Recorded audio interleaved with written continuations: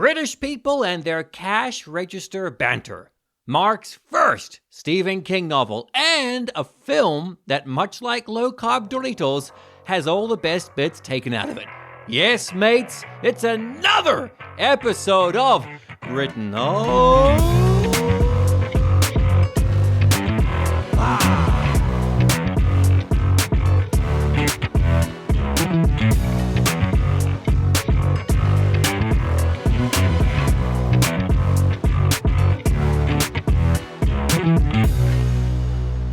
I have to say, genuinely curious. It's your first King. I think it's one of his top 5, especially after you've read my shit, which must just seem like rip-offs of him. And well, no more so than so much. No, in fact, less so. Well, we'll talk about it. Kia ora, konnichiwa. Welcome to another fantastic episode of Written Off, your friendly screenwriting movie adjacent podcast where we look at films and we discuss ways that maybe kind of sort of it could have been better. I'm your host, Bradley Freeman. With me, as always, is my courageous and kind-hearted co-host, Mark. How you doing? Good. Yeah, I'm all right. It's raining. Now, as a known British male, when it rains, are you like, this is the language of my people? Or are you just like, oh, fuck it, I don't like any of this? Like, because Kiwis, when it's sunny, we're extremely Kiwi. Okay. I think our Kiwiness covers the land. But for you Brits... What does that mean? Well, what's the Kiwiness? Like when I'm walking down the street, you get a lot more. G'day, g'day, g'day, yeah. People making kind of bestial noises at you just left, right, and center. Yeah, probably similar, yeah, probably similar. I was in the supermarket yesterday. Yesterday was at the checkout and the typical, not bad weather today, is it? And the woman said, still a bit cold though, isn't it? Yeah, I suppose it is. I've always said to people, yeah, it's grim and dark, but, you know, we all have kind of gallows humor about it. And then when it is sunny, you get that few minutes of happiness followed by, yeah, it's going to rain later though, isn't it? Not that anyone up here speaks like that. I'll briefly mention the supermarket chatter. I don't think, from my memory, it's pretty similar in New Zealand. I was in the supermarket the other day and there's a very...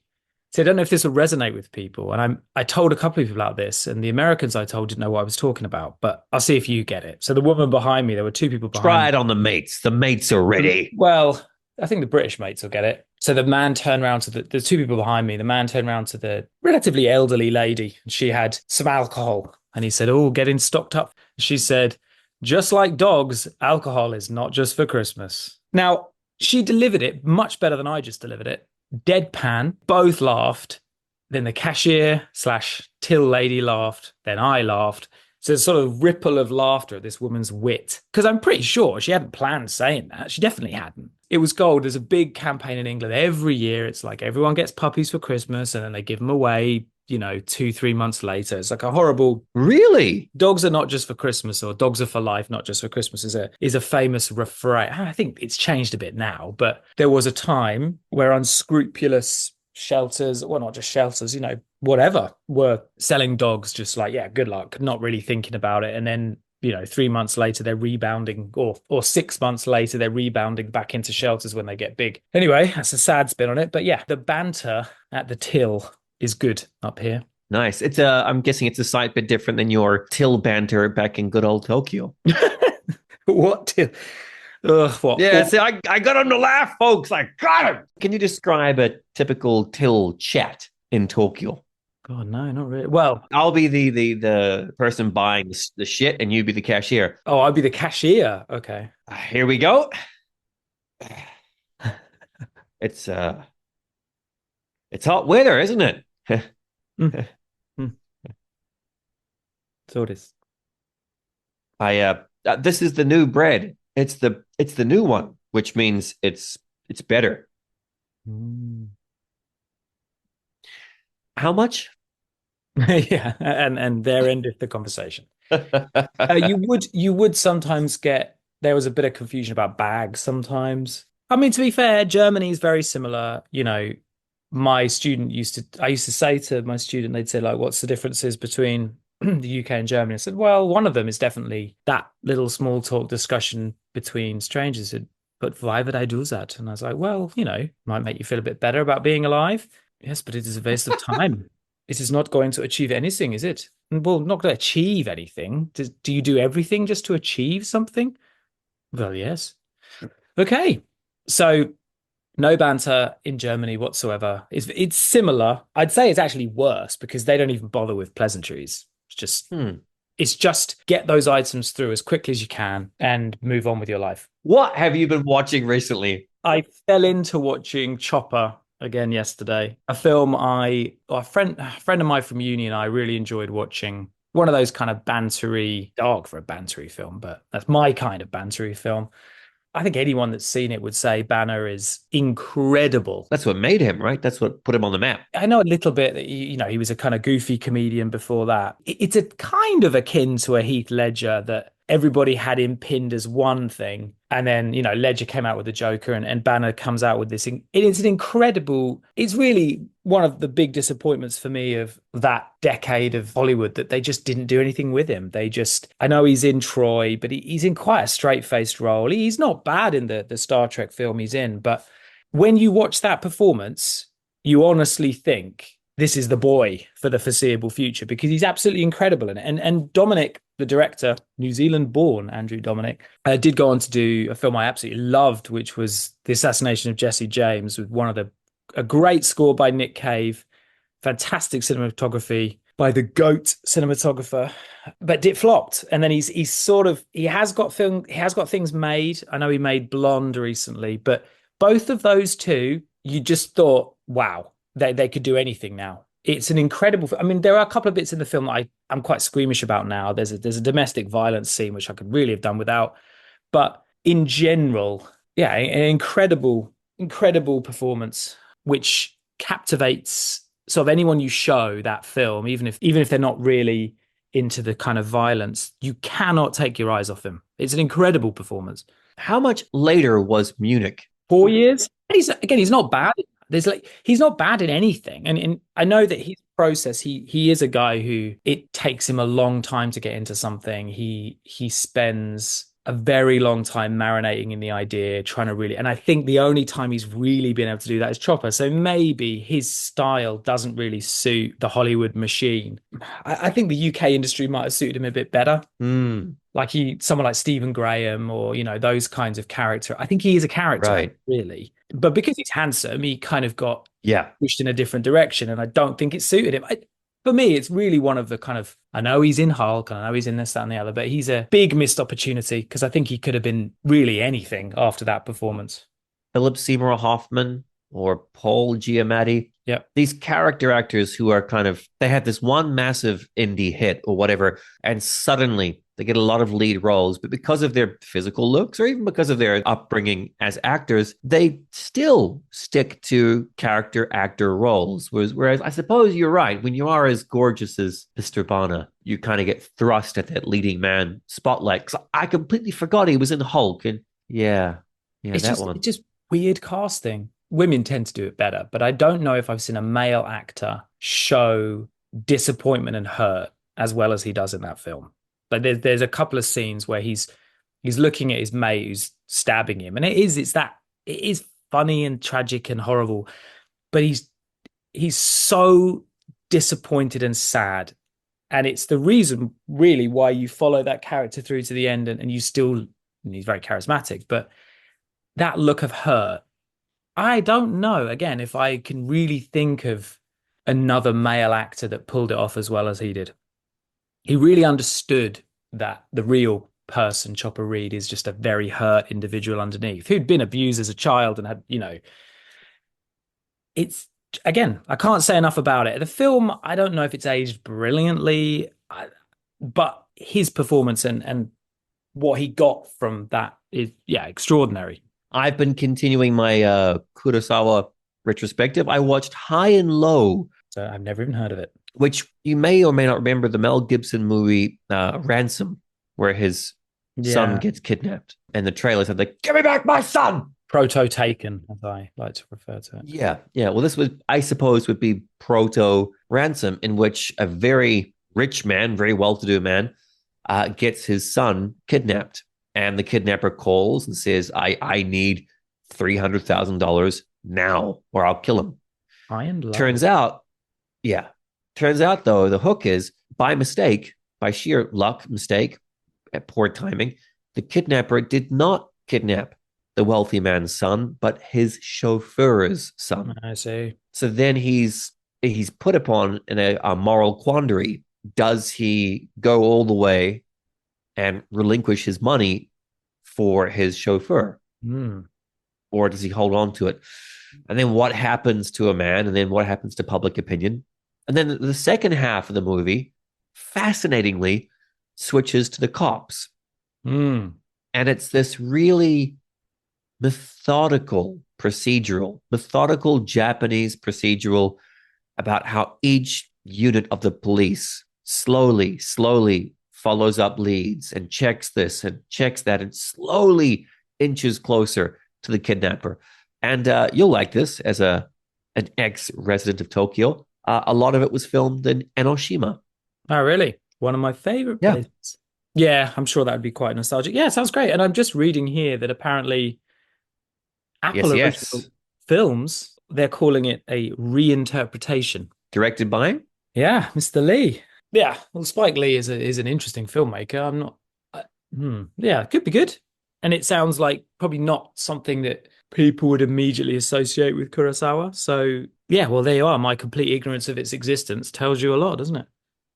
The more and more I watch of his films, I'm so fascinated by the characters he chooses to focus on. It is quite amazing. The man, like like most cinematic masters, has a real understanding of visual framing, pacing, all that kind of stuff. But most of all, it's the characters he chooses to focus his lens on. Intriguing choices there. Following up, intriguing. In this episode, the age-old complaint from male preteens and film fans with the attention span of a gnat has finally been answered. Why don't they just cut out all the talking and get to the good stuff? That's right, mates. We're discussing the shot in 2021 and released in 2024 film adaptation of Salem's Lot.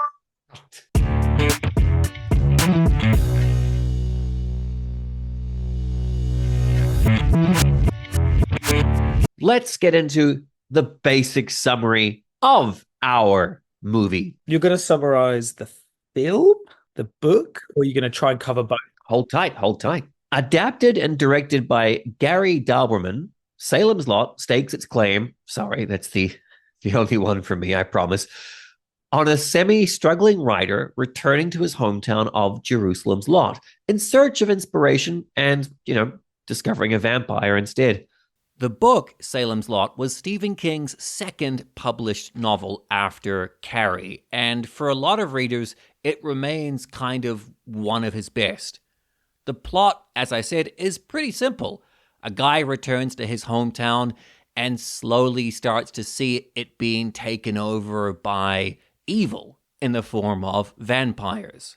Now, because of this simple but alluring setup, Salem's Lot has been adapted 3 times. One was a 1979 miniseries directed by Texas Chainsaw Massacre's Tobe Hooper. Another one was a television miniseries. But the one we're talking about specifically in this episode is the 2024 Gary Dauberman version. But heads up, mates, this will be a bit of a different episode because Mark has, as you'll find out, just come off reading the book and then went straight into the movie. It's gonna be less of a jokey rah episode and more of a discussion about the perils and pitfalls of adapting a work like Stephen King's stuff. I mean, it's legendary. For every good Stephen King adaptation you get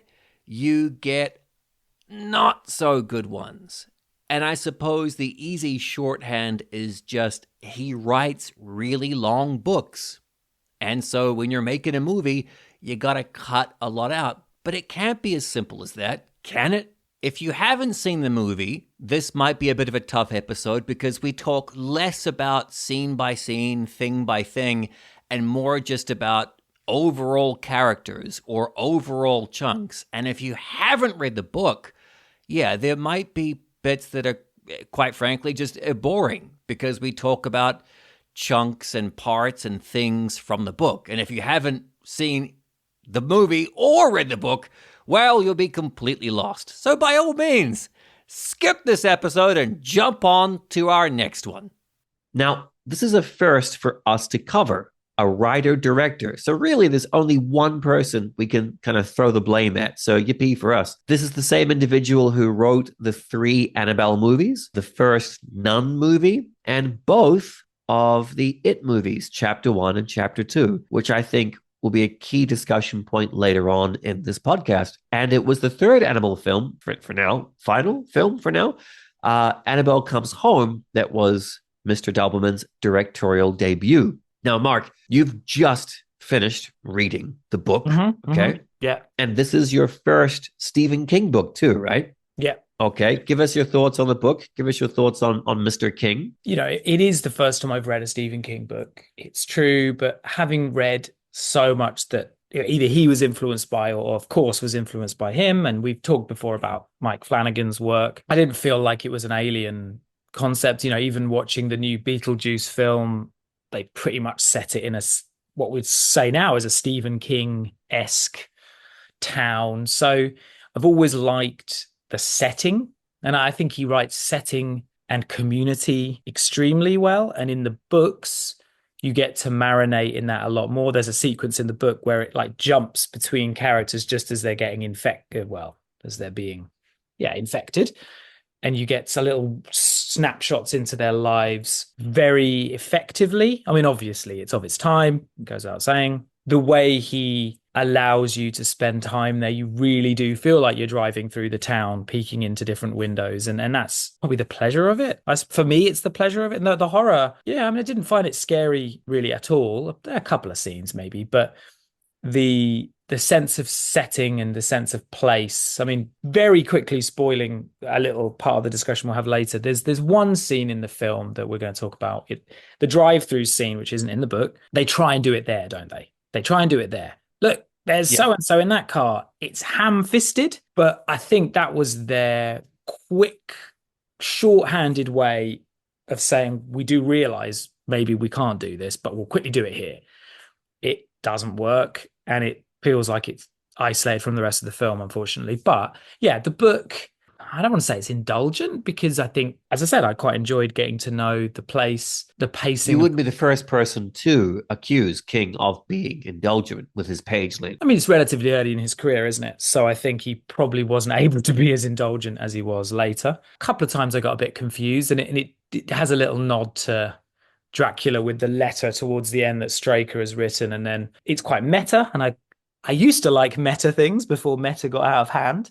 Yeah, very enjoyable. Yeah, as I said, not scary at this point in my life, but I wasn't really reading it to be scared. I was reading it for sort of atmosphere and a sense of place, and I think it does that. It definitely does that. In terms of the movie, in terms of the 2024 Salem's Lot adaptation, so what does work actually for this movie? So you mentioned the drive-through. Now, the book is fantastic for many, many reasons, but one of the biggest reasons is you really get to spend a lot of time with the town itself, with that bystander, that person over there, that woman. Stephen King jumps from character to character. You get a real feel for things. Now, with a movie, you don't have that time, right? You have to make some kind of cuts and concessions. So what this movie does is there's a scene where Ben Mears, the main character of the movie, he sits atop of a movie drive-through with some other characters. Him and the other characters point to a bunch of different cars. Oh, that's Mr. So-and-so, and that's Mrs. So-and-so, and they do kind of a version of that there. It is the movie's way of condensing all of that, getting to know the town into maybe perhaps a bit more of a manageable sequence cinematically. I agree. It is ham-fisted, but then we're both coming at it. I'm a huge Stephen King fan. I've read the book. I can see the book sitting on my shelf just across from my desk. So we know it's not in the movie, but your typical moviegoer wouldn't. So I appreciate creating the drive-in to summarize the lot and its fallible humans. It's not a bad idea. And I have to tip my hat to Gary Dauberman. It's clear what he's doing in terms of his streamlining, in terms of his economical knife that he cuts through the book. And yeah, the drive-through is a visual way to show all the talent collecting in a place and doing the thing. But you're right, it is ham-fisted. And then what subsequently happens at the drive-through is tensionless. Yeah, it really is. I appreciate trying to do it that way. I mean, look, we can get into a long-winded discussion about adaptation. I mean, I did a course at uni about adaptation. I'm sure a lot of people have, or a lot of people have seen it from different sides. And, you know, we can go on about what we think have been good adaptations or not so good, or it's a tough task. I mean, we saw it part one together. And I think, I think most people would agree it did it better. Yes. The sense of place. I think the opening, he's not reinventing the wheel, but, you know, showing he's coming into town and look, there's a character and there's a character, you know. There's the milk bottles, which will come back later on. And yeah. That's what you would do as a writer and as a director. That's what you would do. I think the writing of Ben is okay. You are fairer than I am in that respect. I mean, okay. Let's say I hadn't read the book. Okay. Yeah. Okay. Yeah. This is going to be a problem because I almost hadn't read the book when I literally finished the book on the same day as watching this film. So if you haven't, you've got to say, if you hadn't read the book, it would be a relatively diverting couple of hours. You would give the writing of that main character more leeway because you're watching it as a film rather than an adaptation of a long book. So his relationship with the girl at the very beginning is fine. Yeah. She's quite a quirky looking person. And yeah, it doesn't fail. I think that initial interaction. Lewis Pullman and Mackenzie Lee, they do a good job. It's well casted. Yeah. I think everyone acts good, you know. The scenes are obviously quite rushed, especially when in contrast to what you've read. But again, I'm trying to be fair and I'm trying to say this film would probably not even be for people that have read the book. So younger people going into this, they probably want something different from the film and it sets it up. I didn't really like the Straker is an absolute non-entity in this film. He is, isn't he? Which is a shame because on my first pass through, I wrote in my notes, Barlow is nothing. Yeah. But that's actually not true because, and you can probably agree with me, you've got a fresher memory of the book in your mind. He's even less of a rounded character in the book because Straker does most of the villain-led work, right? He does most of the work there. Well, in the Toby Hooper adaptation, they basically make Straker a combination of Barlow and Straker because in that, Barlow doesn't say anything, does he? He's just a ghoul. He's just a mute Nosferatu. But yeah, Straker in this one, unfortunately, is the scene in which he offers the child to Barlow. Yeah. Should have been a lot more chilling, I thought.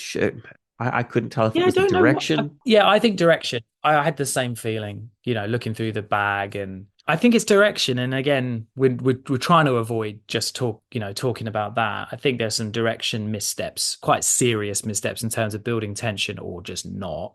So the original question is what works. Well, I like that Barlow talks in this one. I like that he actually has a very small conversation with Father Callahan. Father Callahan, by the way, one of my favorite characters. You probably already know, Mark, but he goes on to play a rather large part in the Dark Tower books. Yeah, I found out yesterday, but yeah. That was I was like, oh, okay, yeah, have him talk. Why not? Have him joke about the father's failing faith. I thought it was really, really nice. That seems pretty good. Very briefly, I'm glad they didn't do the clash of heads between the mother and father characters, because if you watch it looks fucking awful. I think it's quite difficult.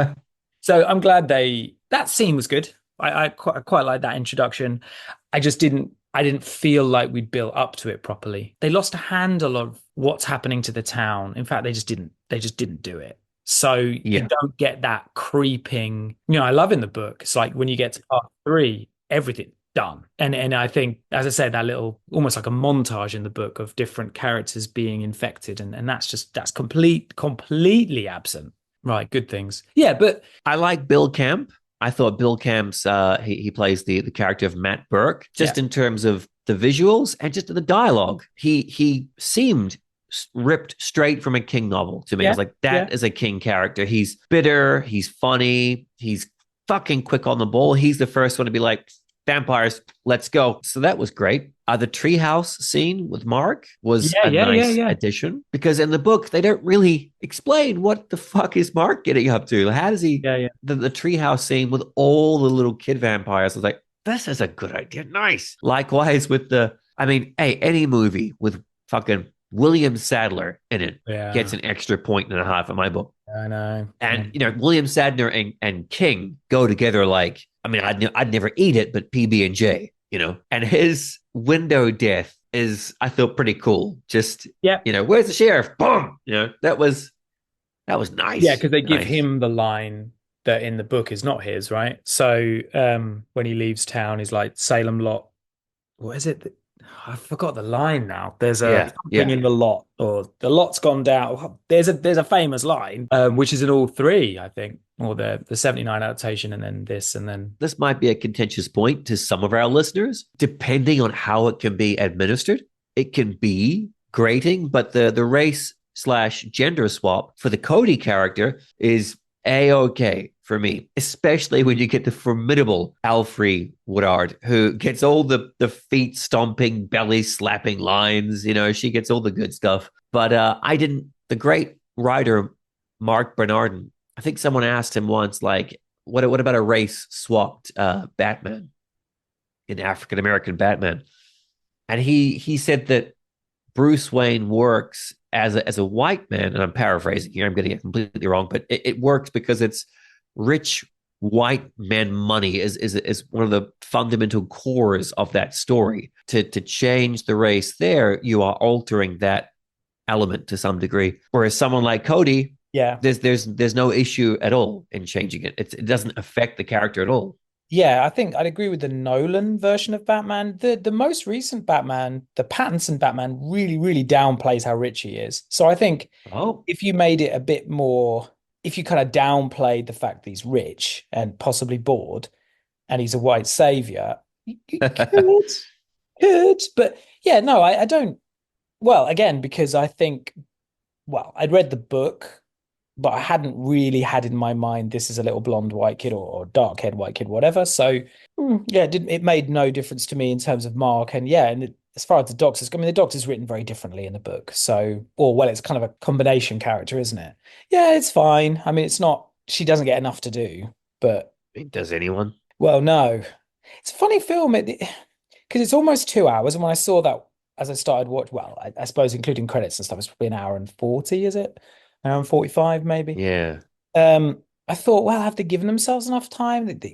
You might be able to get a lot of the beats in there, but obviously there wasn't enough time, was there? What was the first mistake the film made, writing wise? And I'll set it up by saying this: the book is 439 pages, give or take. The 79 miniseries is 183 minutes. We're not going to mention the 87 sequel Return to Salem's Lot. We're not going there. The 2004 miniseries was 181 minutes, and this version is 113 minutes. I really, really appreciate the effort to whittle it down to this breathless pace, because God knows you and I have watched a lot of films recently where it's like, if you just trim 20 minutes off this, you would have had something dynamite. But this story, and you said it perfectly, that the town, the soaking up of the town, the kind of the wallowing in the malaise that affects this town, that demands time to be spent, and it demands a soupçon of memorable characters contained within. Yeah. Now, of course, this was bound to be the first thing to go. Of course, like it's rewriter 101. You merge or you cut characters. How many of those, what do they call those movies where it's like it's based off a documentary and it becomes a movie? Docudrama, yeah. And that's the first thing they do in those, is they take the real life people from the documentary and they kind of combine people. Yeah, yeah. Most recently, that She Said movie, focusing on the Harvey Weinstein of it all, that kind of amalgamated a lot of characters, I think. Yeah. But by my count, and you can prove me wrong here. 6 sub characters, 6 of them get the shaft. You've got lovers Bonnie Sawyer or Sawyer. You've got Corey Bryant. You've got trash collector Dud Rogers, which is a real king name. Dud Rogers. Larry Crockett and his daughter Ruthie, and then that real fucking asshole, the bus driver Charlie Rogers. That's 6 characters. Now, Frank Darabont, not to compare filmmakers, because sorry, Mr. Dauberman, but Frank Darabont was able to squeeze in an entire market's worth of characters in The Mist. Even the fucking menacing butcher guy was more impactful. Definitely. But this one, it's just, I don't know if Dauberman is either a little more ruthless, which is admirable, totally is, or if he's just a little less interested. But he does say, I like to be as true to the story as I possibly can until it gets a little too unwieldy for a movie. And can't disagree with it. You absolutely can't. And he did it so well in it. So, hey, it makes sense. If you're going to get someone to write this, get the guy who wrote it, who put Derry on screen in a really menacing, relatable way. Yeah, it seems to happen a lot, doesn't it? They'll hit upon a formula that they can see works, and then they get everything in place to replicate it, and then it just doesn't work. It's funny. It's a funny thing. And I'm not sure if I ever really have an answer to it. Maybe it's not its own thing. I don't know. Here's the thing, that the town is it for this book. The vampire stuff is fine. It's fine. But the town details, the people, the rot within that King does so well, you got to have that. Otherwise, it just becomes another vampire thing, which is unfortunately what happens here. And I found a King interview from 1980, which really kind of hits this across the broadside. He said, I began to turn the idea over in my mind, and it began to coalesce into a possible novel. I thought it would make a good one if I could create a fictional town with enough prosaic reality about it to offset the comic book menace of a bunch of vampires. Mm-hmm. So he knew exactly what he was doing. He's like, the comic book vampires, I'll get a certain amount of readers for that alone. But what I really want is this detailed, breathing town. He was writing a lot about the government. He was very disillusioned with the government when he wrote this book. So, and it's just, there's not a shred of that in this movie. The title character, Salem's Lot, does not appear in this town, no matter how well William Sadler sells that line. And I was thinking about what are his priorities, and then it's such a strong villain. It's a singular villain. It's a villain that is manifesting and appearing only to our main characters. In the book, they're cropping up all over the place, and it's like a much more widespread infection. So the focus is much more diffuse, and I just don't think he knew how to get that sense of scale. Because I say in it, you get the sense of the town through the characters, and then the characters, as I say, are directly affected by it, him, her, itself, especially in part 1. I mean, part 2 loses its way a little bit. But if we're talking about the film itself, and you talk about The Mist, I mean, The Mist is a very focused, almost like a Kammerspiel, a chamber play. It's basically set in one place. It's easier to do it, which again makes you wonder, why did they attempt to adapt this? Because it's not the same. I mean, on the face of it, it's a similar thing, but the challenges of doing this, I just don't think they ever really got to grips with making it about the town, but also making it scary and character affected. Yeah, it fell between two stools, and I don't want to mention it again, but I'm going to. Flanagan's Midnight Mass. It's a mini series, and I read a little thing, and someone said Midnight Mass is the best adaptation of Salem's Lot that's not an adaptation of Salem's Lot, and I think that's how I feel about it. Even it's basically got a Barlow character, and that you really, really get to know the characters that it shows, maybe 5 or 6, but it's over what, 6 episodes, is it? So again, you'd wonder, I guess on one hand it'd be an obvious thing to adapt next, but on the other hand, Moby Dick or something, it's a lot more difficult than people seem to think it is. I can't fault Warner Brothers, because you've got, here is this king novel that is immensely popular that hasn't been put on the big screen. You've got James Wan producing, you've got Roy Lee producing. Those are some big name producers. And you've got, yeah, Gary Dauberman, who worked on It. He knows his King. He's worked on the Conjuring Annabelle franchise. He knows his horror. He's hip. Mm. I can see why they greenlit it because it was just sitting there. But maybe we needed someone who loved the town more than the pointy fangs. But then again, as we always say, who do they think is going to watch this? Why was it such a big financial success? I mean, it's because of the clown, isn't it, really? You and I like it and feel it's successful, more successful because of its evocation of the town and the characters. But yeah, let's be honest, the reason it made money is because probably, not slandering everyone, but young people were interested in that bloody clown. There's still merchandise here in New Zealand of that clown. There's no merchandise saying "Welcome to Derry." There's there's no Derry centric merchandise. It is the clown. Yeah, so that's kind of how I feel is that you can't really hang your hat on Barlow. Well, maybe there is a Barlow Funko Pop or whatever it's called, possibly, but it is deceptively a different challenge as an adaptation. It is More than, look, they're clever guys, of course they would know that, but I think they thought they could apply the similar logic, and it just doesn't work in that way. As always, we'll never know. So maybe Gary Dauberman, he did shoot a lot more. And this was held back for years. Yeah. And there was additional photography done a year later. It's been through the ringer, I assume. So maybe it's had a lot of eyes on it. It's been thrown to HBO Max. It's just like, let's just get it out there. It's a vampire movie. Hey, George, it's a vampire movie. Just get it out. Yeah, with your pointy fangs. Yeah, kind of. I kind of feel that. Yeah, these things have got to make money, but it kind of got kicked around in terms of where it was going to land. And it does feel a bit like that. I mean, a lot of people, I saw a lot of reviews saying it's soulless, saying there's nothing wrong with it, really. I think even King said there's nothing wrong with it. And it is quite a difficult film to analyze because there isn't a lot. It's certainly not a film I disliked. I didn't actively dislike it. Agreed. Yeah. I just didn't feel there was anything to get my teeth into. But can I give you the dad quote that strikes fear into the hearts of children? I'm not angry.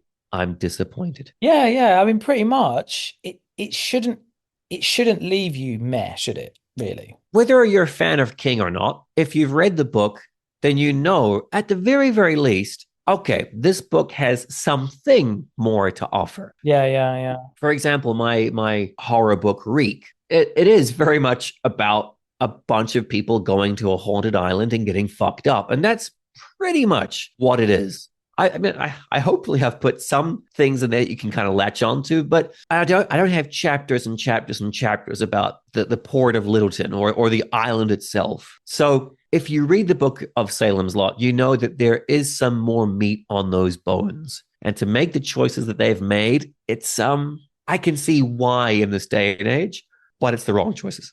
This allows us to get to our next section, which is, we've talked a bit about it, but why do you think they made the choices they did? Is it just 2024 cutthroat commerce? I don't feel so, no, because I think if it were, they'd have made more changes. I think they'd have developed that romantic relationship differently. They'd probably cast them even younger. And that's another thing. I think we mentioned it before, but I was reading the second film of the It duology was the kids are in it a lot more than was originally intended because people fastened onto those kids. Yeah, rightfully so.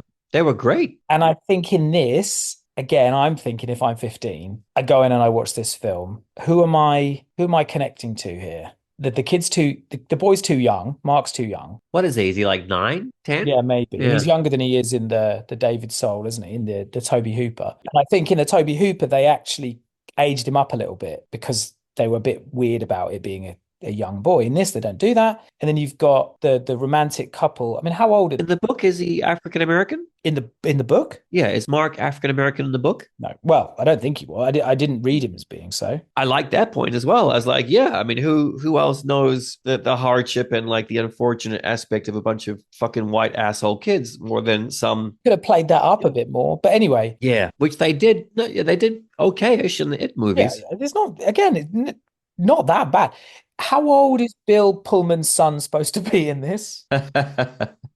Sorry, I couldn't resist. Right now, as of now, he is 31. So when they shot this, he would have been what, 28, 29? Okay. If I was just looking at making it relatable, I'd have cast him 10 years younger. But then the whole point of his character would be lost. But Yes. you know what I Yeah. mean? It's like Yeah. you and I would definitely not do that because the whole Right. point of it is slightly disillusioned. He's had success with his first book, but now he's not quite sure. He's trying to recapture the magic. Like you and I really attach ourselves to that part of it. But as I said, they've kind of gone betwixt and between. They don't really mention it, do they? Apart from when she goes, "Oh God, it's you." Perhaps because Dauberman wrote the screenplays for the two It movies.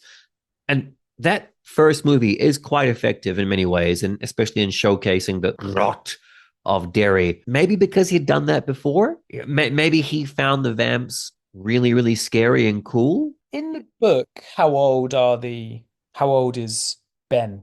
Early 30s? I got the feeling, Maybe even mid 30s. well, Ben Mears returns to Salem's Mm, Lot after 25 years to try and write his next novel. yeah, He was there when was he 8 or something? yeah. So yeah, basically he's in his, I suppose, beginning his 30s, mid 30s. I always think 28 to early 30s is definitely at that kind of a moment in your life. And he's at the lower end of that. I mean, the female protagonist feels younger than that. She does. Yeah. But because she's just starting her life, I got the feeling. Yeah, Because yeah, so do she's I. trying to have her own real estate company. Like I didn't get the feeling that she's been knocked around a bunch and she's trying to restart. I got the feeling that she's just starting. So again, you're in that, well, to me, they're in like a hinterland. They're too old, getting the interest of a young audience who may want to project themselves onto those characters. I think the book, again, maybe to do with my age, but Yeah. I wonder how I'd have felt when I was a teenager. See, I'm maybe canceling out my own argument here because when I was a teenager, you read it. Oh, well, you read it when you were young, right? So, Yep. Yep. Hmm. who did you relate to in the story when you were young? Which characters? Ben, because he's well, maybe because I'm stupid, but Ben is the lead. And you Yeah, he spend the is. most Yeah. time with Ben. So I feel like, well, I'm being told this guy's the important one, so I'll follow him. I mean, Good to know you're so susceptible, Brad. Okay. I am incredibly susceptible. Yeah.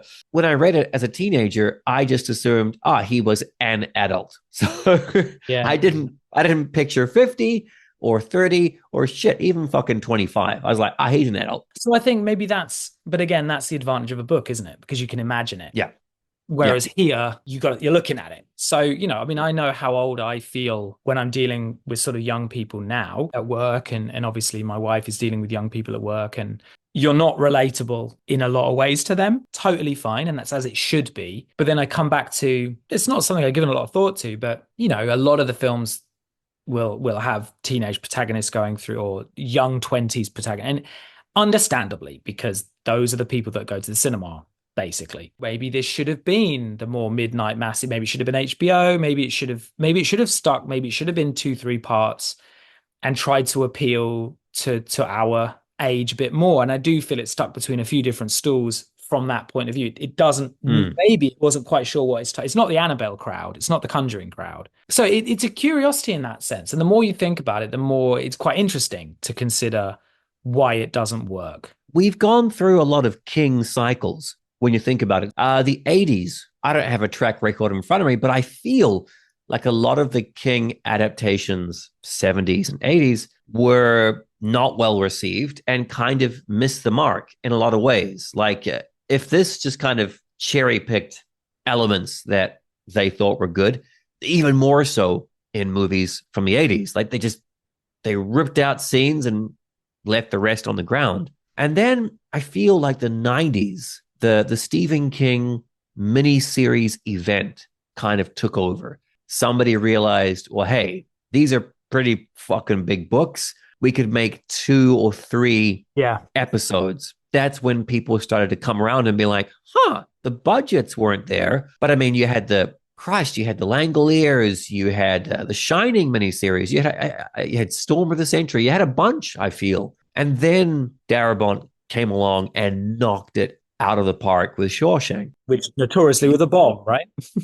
Yes, yes. And then Green Mile and then The Mist. And I feel since then we've been on this run for the most part. We won't talk about that Matthew McConaughey Idris Elba Dark Tower movie. But for the most part, filmmakers, studios know that King is rather verbose and the movie runtimes need to be a bit more. So it's interesting. I mean, look at it. That's a huge book. And they split it into 2 movies. And we've come to this. And it just feels like the Cliff Notes version will help you pass a test.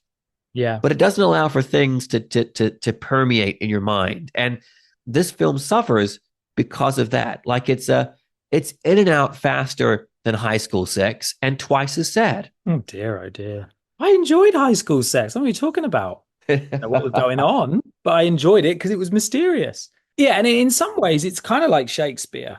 I'm not saying Stephen King is the same as Shakespeare, but in terms of how often it's been adapted, how different people will take different things from it. Yeah, it goes through waves, goes through trends. In regards to this particular book, if you want to catch this, I mean, people said, again, soulless. If you want to catch the soul of this book, you need it to marinate. And yeah. I think it's interesting, the Straker Barlow dynamic, which in the 79 version, Straker is pushed right to the front and Barlow is in it for, I did read the statistic. It's like, he's in it, but just like the shark in Jaws. Yeah. It's a really curious one. This is one of the films that we've talked about that I've sort of struggled to really understand why and what went wrong, aside from it just being too rushed. Hello, everyone. Not Drunk Bradley here, interviewing Drunk Bradley about his book that's available to purchase on Amazon. Drunk Bradley, hello. Thank you for joining us. Do you think ladybugs are treasured in the bug world? Or are other bugs like, fuck that black and white bastard? Drunk Bradley, could you tell the listeners about your book? Momo and Matsu is the title. Well, don't forget to add director's cut at the end. That's a bit cheeky, isn't it, right? Are there any more beers? No, you've had enough, frankly. What is the book about? It's a book about the power of friendship, which is a rare thing for me. Usually I write about blood or explosions, often at the same time. I'm told the book is set in current-day Tokyo, about an old man and a high school girl. But she's dead. Ooh, you see what I mean? I'm incapable of writing a courtroom drama. That's me. Oh, how about some tequila? I'm partial to that. Don't puke on the microphone. Any last words for our listeners? It might not be the best book ever, but it's not the next book never. Ha ha! Momo and Matsu, a Tokyo-set urban paranormal fantasy about 2 lost souls and the power of friendship. Available on Amazon in ebook, paperback, or hardcover. Does it try to add anything new to the genre? So, I don't know, let's say that the horror movie genre, the vampire genre. So, here's something about me, or specifically about my mom. My mom is obsessed with vampires. If a book has a vamp on the cover, she's got to read it. If a movie features a vampire, doesn't matter if it's a PG movie or R-rated, she's got to watch it. Tragically, she's never encountered Salem's Lot. She's got a real blind spot for King, despite the fact that she reads. So she watched this with me. Oh, did she? Yeah. So me being an ultra fan of the book, her being an ultra vampire fan, I was very curious to see what she thought of it. Much like us, she didn't hate it, but she didn't like it. Her quote was, "It's nothing I haven't seen before." Is that what the doctors say when, like, they tell patience is grit.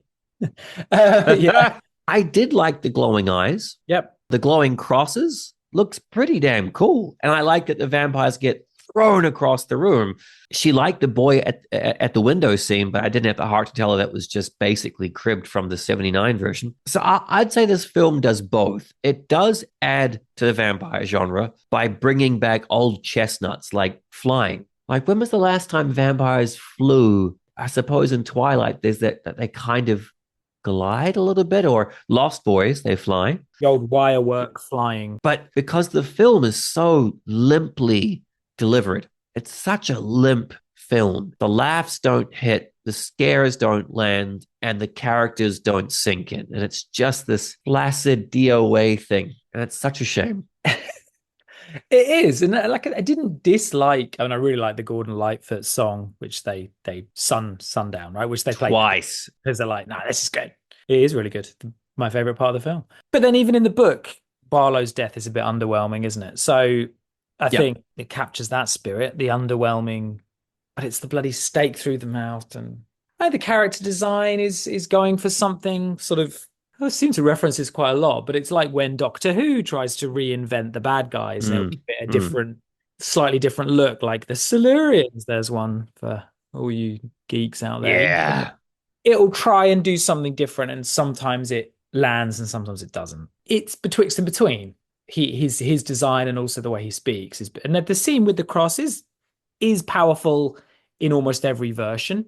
But again, to me, it's just like a midnight mass light a little bit. But that's, maybe that's not fair because it's a completely different kind of thing. But the scene with the mom, Billy's mom, the mom rising off the gurney, it was a nice bit of tension. Could have wrung a lot more out of it with could have done, making the cross, and the cross is failing, and then the cross is kind of powering up. And again, it's that limpness. If King was writing that scene, what would have come out of the mom's mouth would have been the most, ooh, ouch, ooh, like nasty, pointed things. Yeah. And it would have been shock. What I'm trying to say is it would have been shocking what she's saying, as well as shocking that it's a dead woman advancing upon you. Like it hits you on multiple fronts. Whereas the scene, it's just, it's a vampire. It doesn't look so threatening. And okay, But as you mentioned earlier, the treehouse scene, it's probably the most effective, scary scene in the film. I would say.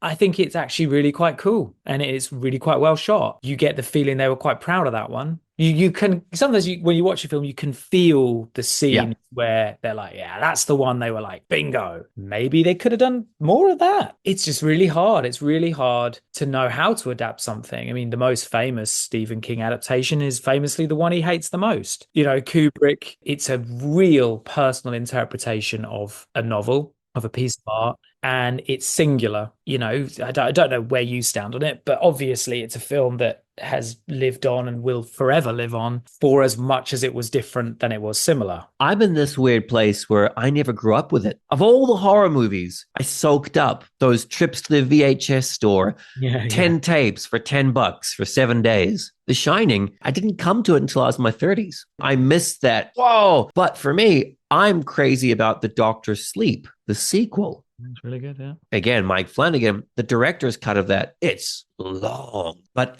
it is such a good meal. Yeah. Talking about wallowing and luxuriating in characters, that's all that movie does. So, I suppose it just comes down to, does the writer-director understand the beating heart of King? And when you do, you get Rob Reiner's Misery. You get Darabont's Shawshank. I'd like to hear a bit, because you mentioned it when we were messaging about it. Like, for you, the disappointment is the Ben Mears character, or one of the disappointments is the Ben Mears character. His being a writer is irrelevant, right? In this new version. And that is certainly in the first third of the novel, the soul of his character. It is there at the very beginning, and then it's not there at all. And if you take that away from him, what is he? Just a guy that looks vaguely like Bill Pullman. Yep. Is it Silent Hill 1 or Silent Hill 2, the video game? The character you play in this video game is a writer, I believe. At the very, very least, he's just a dude, a dad. And when you get weapons, like a gun later on in the game, the aiming is shit, because much like a real person holding a fucking hunting rifle, what the fuck?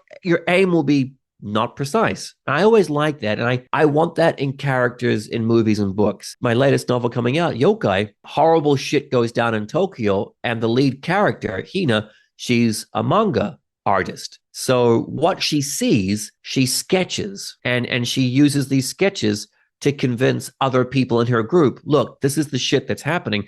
So the job kind of somewhat informs the characters, somewhat moves the plot along. But this thing here in this movie, I'm a writer. I'm coming to write about the old house that, of course, you find out a lot in the book. Like you find out that that house is poison itself. And that's why Barlow gets in there. And that's what I was trying to tell my mom. I was like, oh, God, this house is nothing. This house is basically a basement and a staircase. Yep. In the fucking book, this house, much like, I forget the pronunciation, the Nebold house in it is this manifestation of evil where evil is allowed to flourish. Yeah, and obviously the book, there's a backstory to it, and there's I don't even remember if it mentions it in this, but there's a backstory to it. That's where he saw the hanging ghost, right? Yeah, and then Ben Mears' character, It's great because that's something that a lot of us have had. We've got something that's happened in our lives that feels uncanny, that stays with you, that does paint things when you don't expect it to and comes back when you don't expect it to, and they just abandon it.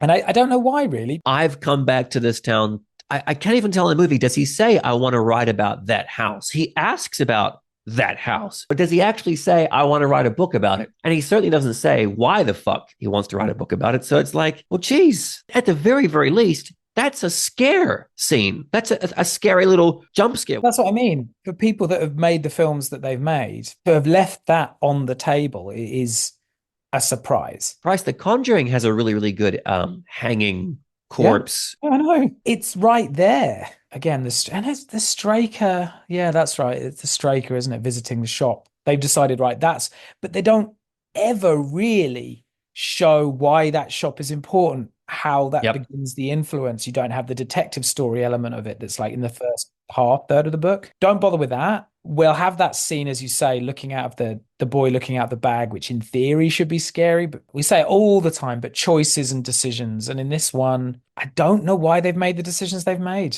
Yeah, it seems as though there were touchstones in this book. They were like, nah, I can't figure out the reason for that. A parallel I can draw personally is Pet Sematary, because I haven't read the book, but I've seen both versions of the film. So I saw the most recent one, and I quite liked it. That road out there, that road. I enjoy both versions, and I don't know what was cut out of the books. I mean, I could probably guess, but I don't know what was omitted, and I don't, at this point, don't care. So coming into it, we've, talked about it earlier, whether or not you've read the source material, whether or not you care, got a history with it, got a history with the genre, all of those things will affect how you see it. Look, obviously the new Pet Sematary is not great, but I quite enjoyed it. I like cats. I like John Lithgow. So, I quite enjoyed it. But that's also interesting. How would I have seen this film if I hadn't literally just finished reading the book? And that's something I think we try and consider during this project of ours. But is this the first time we've covered a film that is based strongly off a book? Yeah. So that's also part of it. I mentioned Shakespeare earlier, but in modern terms, there's no one like Stephen King. There isn't a writer that has been adapted so often. Yep. That has got a pretty good hit rate in terms of, well, I guess they make their money back on a lot of these films, or people are still going for it. He's the only one I know of who it's in his contract, like, yeah, you can buy the rights, but you better fucking make it. Because it happened when he was younger. They would buy these rights and it would just, I think Steven Spielberg is to blame. He bought the rights to the Peter Straub, Stephen King opus Talisman. And Stephen, as is well known, likes to kind of hold on to projects and maybe I'll do it. I'll try and crack it. And it just, for decades, he's had it. So King was like, nah, that's it. You've got this for a very finite amount of time. And as soon as that day hits and you haven't made it, it's back to me. Which is a good thing, certainly from Mr. King's perspective, but it then may lead to stuff like this. Yeah, people just vomiting out something like this. And I think, that's an interesting insight into maybe why it's a bit underwhelming. As we move on to our final section of this episode, what scenes or changes do we think would have made it better? Yeah. I'll just say the one thing. And we talked about this off air. And this is somewhat unfair because the shit that you read when you're a teenager hits differently. Mm-hmm. For you, I'd be very curious as to what you felt about this scene. In the book and in all the movies, there are basically four main characters. You've got Ben, the writer. You've got his kind of high school teacher buddy, Matt. You've got Mark, the kid. And then you've got Susan. You meet Susan pretty quick, and Ben and her start a kind of romantic relationship. It's flirtatious, it's fun. These are your main characters. But spoilers for the book and spoilers for the movie, Susan dies. Quite a nasty death. Mark and Susan go into the bad guy vampire's house to investigate / kill the vampire, and they do so without any real prep or any real understanding of what they're going up against. And the Barlow vampire, in quite a chilling sequence, grabs Susan, holds her, and Mark watches as Barlow eats her alive. It's a hell of a gut punch, and it terrified me when I read it because, you know, when you're young, you're not used to main characters dying, and it was done in such a protracted, almost pathetic kind of way because Mark's just a kid. He can't help. And Susan, she's begging for him to help. And Barlow, if I remember, he's laughing the whole time he's draining her. I think he might even be taunting Mark. So, yeah, it's a really chilling, memorable sequence from the book that is not in this movie. I loved Bill Camp's character, and I was sad to see him go because they switched him out. Instead of Susan, it's his character. But that had meat to it. Yeah, absolutely. What do you think about that scene? Yeah, absolutely. I just don't. Yeah, in the novel, and I mentioned to you, it's like, oh, and to be honest with you, I was almost not taken aback. It's too strong a word, but definitely as a 42-year-old reading it, I was like, oh, okay. You know, I kind of expected it to be it would be revealed that actually it hadn't happened, and then, you know, I think her treatment is different in everything, though. In the David Soul version, the Toby Hooper version, she's turned, yes, but she's the end. She's the final jump scare, right? So I think everyone seems to have had, which is strange because, as you said, it feels pretty fundamental when you read it in the book, and yet the adaptations have decided to portray it a bit differently each time. So, well, which is going to hit you more? A couple that are just in the beginning stages of their romantic coupling. She's an attractive woman. She's young. She's terrified for her life versus a portly man in his 50s who is kind of given up on life and is full of acidic wit. I mean, I know which one I would choose, but the switch there, Ben and Bill Camp's character, they're friendly, but they're not mates, as you all are to us, mates. Yeah. So it's like you have to expect Ben to be like, sucks to be you, fucko. Yeah, their relationship is, I think relationships in the books are so important, and he does really well with it because he's got quite a few plates spinning in that book, relationships. I mean, you could say they're mostly between men, the successful ones, and women don't come out of it very well. You know, we shouldn't omit that point in the book. Women are, well, it's a valid criticism to a lot of earlier Kim work. I personally feel he's got him a hell of a lot better. I mean, Misery alone, Lizzie's story, I think, is a fantastic piece. You can accept because, yeah, as you say, he has shown growth. An author that I read a lot at university, John Updike, showed absolutely no growth. I don't go down that rabbit hole, and you would think in a modern adaptation they might have made a bit more of that, and also see, now this is the problem when you're reading and watching something almost simultaneously. I'm getting a bit confused. Her mother, yes, in this version, what's going on?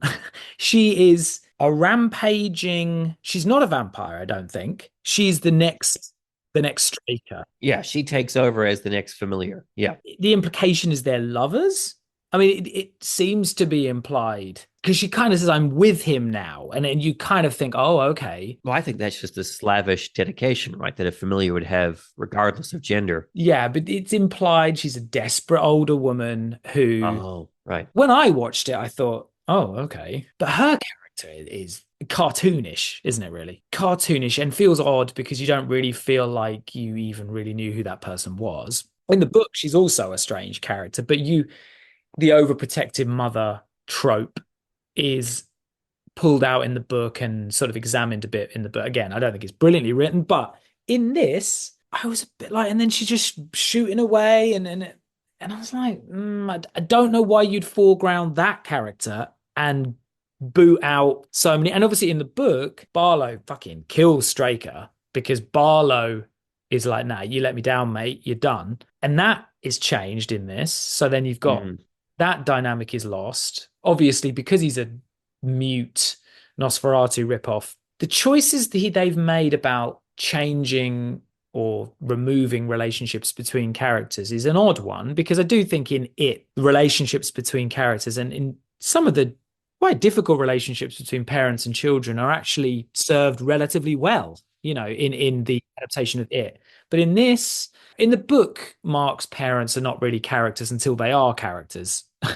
But in this, they're less than nothing. So you don't care as an audience, maybe. I would have liked a lot more of Mark stuff. Like, at no stage does any adult fucking shake this kid and be like, yo, this safe spot, go and stay there. Yeah. Or, oh wait, you fucking killed a man? Yeah. Yo, kid, let's have a conversation about that. Yeah. Hey, kid, you seem really fucking resilient. I'm breaking apart here. You're doing just fine. Let's talk about this. Yeah. He's interesting in the book because Straker Barlow at one point says, like, this kid's fucking 10 times what you are, priest. Because in the book, the priest just skulks away, gets on his bus and buggers off to New York to live to fight another day or to cower another day, where they don't really bother with that. And then there's not the detective element to it. There's not the investigation element to it. So I guess we just come back to the same point. They just left a lot of things out. You're just not satisfied as a viewer, are you?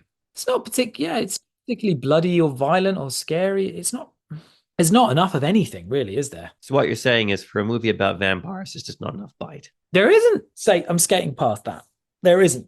You do wonder what the original thoughts were behind it and how did it get to what it is now. Probably if we'd have sat in that very first meeting they had, if we'd have seen what they were talking about then, we may have been having a very different discussion now. We may not have been talking about it at all. But we did talk about it, and we thank you, mates, for joining us for this episode of Written Off. Did you agree with us? Probably. Probably not. Do you love us? Do you hate us? Let us know. No, don't let us know that. Thanks, as always, for joining us. Thank you very much, Mark, as always, for your scintillating points and rapier wit. You're very welcome. And I would say, because my section of the show, which always gets overlooked, is no, this film didn't need to exist. See, I disagree. I think because of the property, because of the story, because it hasn't been on the big screen, it'd be like there's an untapped Jurassic Park novel out there written by Crichton that they're going off and making all these other movies. For God's sake, make this book. So Mark thinks it doesn't deserve to exist. I think it does. No, this version of it doesn't deserve to exist. A version of it that wasn't so forgettable should exist. I don't think this will be the last time we see it. No, someone's going to get it right. I think so. Because Flanagan is maybe kind of sort of doing The Dark Tower for Amazon. No one's talked about it in a while, but clearly King's works are potent enough. No, I don't think this is the last we've heard of it.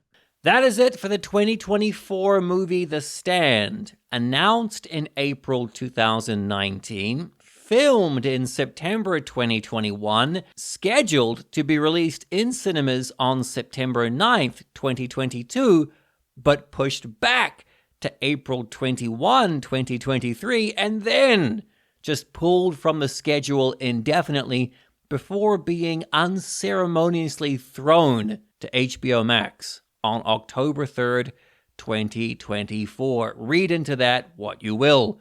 Next episode is the beginning of Michael Crichton April, or MCA. That's right, in April, our 2 episodes will be focusing on maybe not so awesome Michael Crichton movies. And to start it off in only the best way we know how, we're covering Congo. That's right, Congo with the monkeys. You remember that, don't you? If you don't, You've got 2 weeks to jump onto whatever streaming service you've got or blow off the dust of your DVD, VHS, Blu-ray, whatever, and rewatch Congo. It's a fun time, and the episode is just as fun. Don't believe me? Have a listen. Probably should admit this. I'd actually forgotten who the director was. Circumstances forced me to watch this in a bit of a pinch. So, although I'd seen it years ago. So, right, get it. Anyway, I was thinking about lots of other things, sit down to watch the film, and I'd completely forgot it was Frank Marshall. And when that came up at the end, I did audibly laugh. I literally did. I was like, oh, you again. You again. Yeah. Mates, thank you so much for listening. As always, if you like the show, hopefully you have liked and subscribed to the show. Hopefully you've told a friend, 3 friends, 10 friends, and hopefully you've thrown us a line on Instagram. Stay safe and have a slice.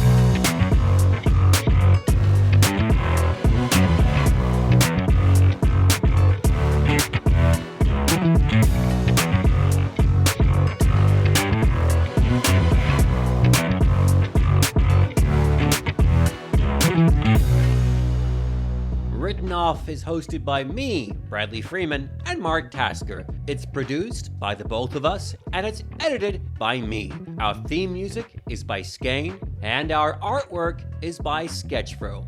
This has been a Pugnacious Podcast production.